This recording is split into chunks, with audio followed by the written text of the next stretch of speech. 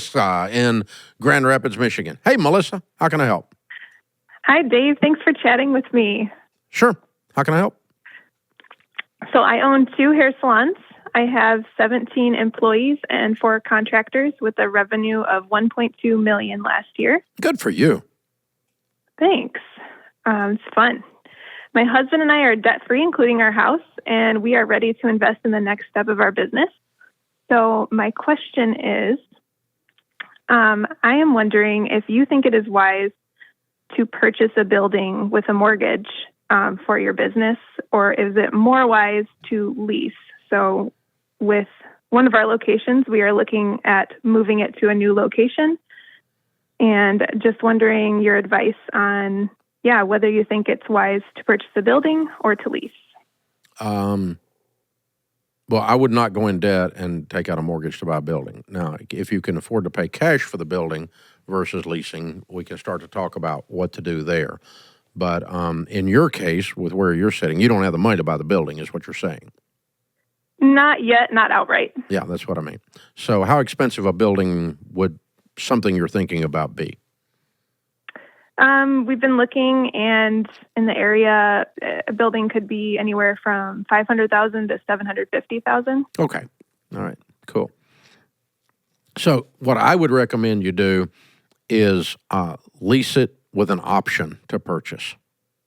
Oh, that's a great idea. And that gives you 2 things to do, or 2 things that are safeguarding. One is if the location doesn't work, you just exit the lease when the lease is up. No harm, no foul, right? Mm-hmm. And you're not stuck. If you buy it right now and then the location doesn't work, you got to sell a building. That's a problem, okay?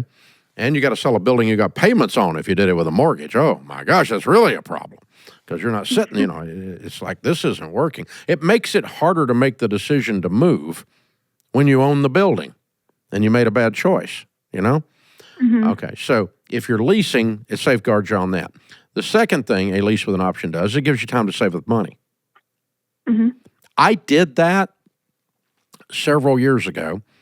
I got to think back now. It's probably 15 more years ago, more than 15 years ago. It was probably closer to 20. So I found a building that was largely empty, and they needed a tenant, and I was going to take about half of it, and I did 2 options on it. One is I had the first right of refusal if somebody moved out, or before he could rent any of the empty space, he had to ask me if I wanted it, because we were growing hand over fist, and I wanted to be able to expand and didn't want someone to freeze me out by renting the other space. You follow me? So I had the option to, or the first right of refusal to empty space, or option to take the new space. And we had about $300,000 that we used to fix up the building, and that we did the tenant improvement, and that gave us cheaper rent, and that was all my money. I was out of money until I made some more. So my option to purchase the building was for the market value of the building at that time. And I think this guy looked at me and thought, there's no way he'll ever be able to do it. Because that would have been a valid assumption, actually. So it was a $5 million building. We had the right to buy the building for $5 million for 5 years, and we had the right to grow into the building. So during the 5 years, we filled up the whole building. Our business over doubled, almost tripled, and I saved up $5 million. And I bought the building. By the time I bought it, I had it tied up at $5 million. It was worth $13 million. Sweet.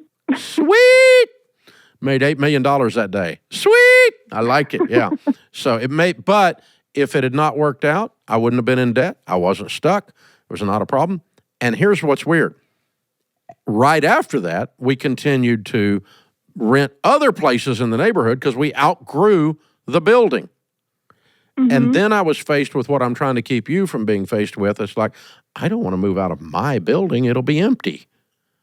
I've got this $13 million asset, and I'm getting ready to screw the landlord, and I'm him, and so, but we're scattered all over Hell's Half Acre, and we got to get under one roof, And so I've got to go rent another building or build another building that's huge, and I'm going to have an empty building.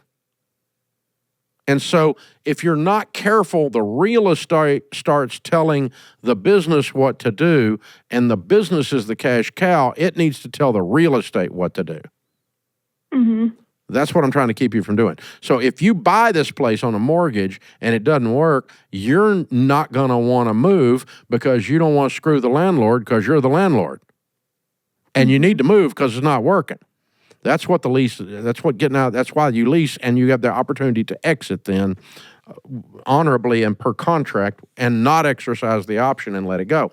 Or you could exercise the option to move and still buy it because the building went up in value and you just have it as an investment. By the way, I filled that building up. It's full of tenants. It makes me a lot of money now. Mm-hmm. So it worked out really good in the end. But I learned the lesson of don't let the real estate shape the business, make the business shape the real estate. And if you're not careful, these things will start telling you what to do. So a lease with an option would be my suggestion. It's been a huge blessing to me to use that process in our business and in what we're doing. So it sounds like you got a wonderful business, Melissa. I'm so proud of you. Keep it up. Keep going. Go, go, go, go, go, go. That's how it's done, man.